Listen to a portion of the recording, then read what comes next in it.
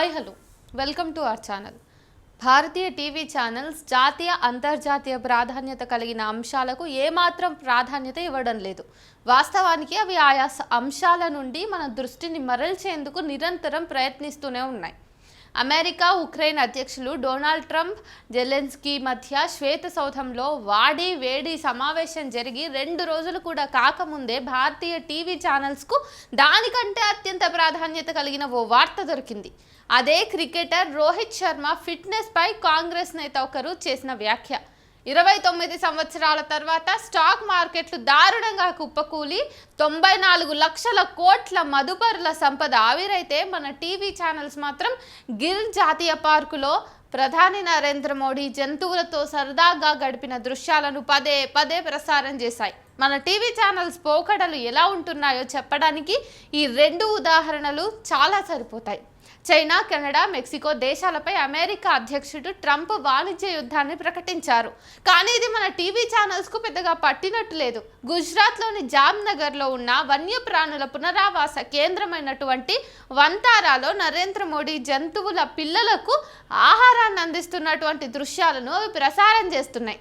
ఆ కేంద్రం వ్యాపారవేత్త ముఖేష్ అంబానీ కుమారుడు అనంత్ అంబానీ మానస పుత్రిక. వంతారాలో మోడీ సేద తీరుతున్న దృశ్యాలు అనేక హిందీ, ఆంగ్ల ఛానల్స్లో వీక్షించిన వీక్షకులు పరమానందభరితులయ్యారు. టీవీ ఛానల్స్ మాత్రమే కాదు, the times of India, Hindustan times వంటి ప్రముఖ పత్రికలు సైతం గిర్, వంతారాలో ప్రధాని పర్యటనలకు సంబంధించిన వార్తలను ప్రముఖంగా ప్రచురించాయి. మొదటి పేజీలోనూ లోపలి పేజీల్లోనూ ఫోటోలు ఇచ్చాయి. బ్రిటిష్ రచయిత టిఎస్ ఎలైట్ చెప్పిన మాటలను మన ఛానల్స్, పత్రికలు బాగా వంట పట్టించుకున్నట్టు కనిపిస్తున్నాయి. ఆయన ఏమన్నారంటే, ఇంతకీ మనుషులు వాస్తవాలను ఎక్కువగా భరించలేరు. క్రికెటర్ రోహిత్ శర్మ గురించి కాంగ్రెస్ నాయకురాలు షామా మహమ్మద్ సామాజిక మాధ్యమం ఎక్స్లో చేసిన వివాదాస్పద వ్యాఖ్య, ఆ తర్వాత దాన్ని తొలగించారనుకోండి, అది వేరే విషయం. మన మీడియా సంస్థలను అమితంగా ఆకర్షించింది. ది ఇండియన్ ఎక్స్ప్రెస్ పత్రిక దీన్ని ప్రముఖంగా ప్రచురించింది. అనేక టీవీ ఛానల్స్ చర్చాగోష్ఠులు నిర్వహించాయి. రోహిత్ పై వ్యాఖ్యలు చేసిన కాంగ్రెస్ నాయకురాలిపై యాంకర్లు విరుచుకుపడ్డారు. ఆమె వ్యాఖ్యలు అవమానకరంగా, అసహ్యంగా ఉన్నాయని రిపబ్లిక్ టీవీకి చెందిన అర్నబ్ గోస్వామి మండిపడ్డారు. ఆమెవి తప్పుడు దూషణలని CNN న్యూస్ 18కి చెందిన రాహుల్ శివశంకర్ వ్యాఖ్యానించారు.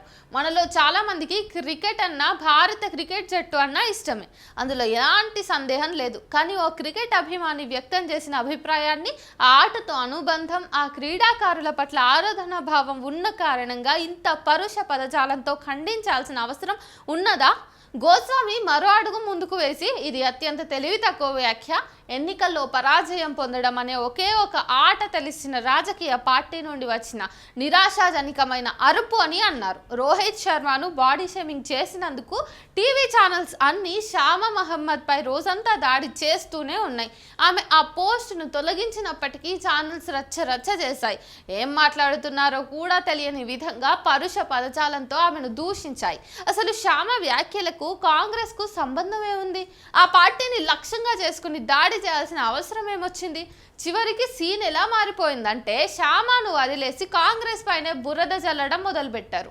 కెప్టెన్ను కాంగ్రెస్ ఎగతాళి చేసిందని CNN న్యూస్ 18 ఇతర న్యూస్ ఛానల్స్ వ్యాఖ్యానించాయి. షామాను కాంగ్రెస్ పార్టీ క్షమాపణ కోరుతుందా అని NDTV ప్రశ్నించింది. అర్నబ్ గోస్వామి తన వ్యాఖ్యల ద్వారా పరోక్షంగా కాంగ్రెస్ అగ్రనేత రాహుల్ గాంధీపై దాడి చేశారు.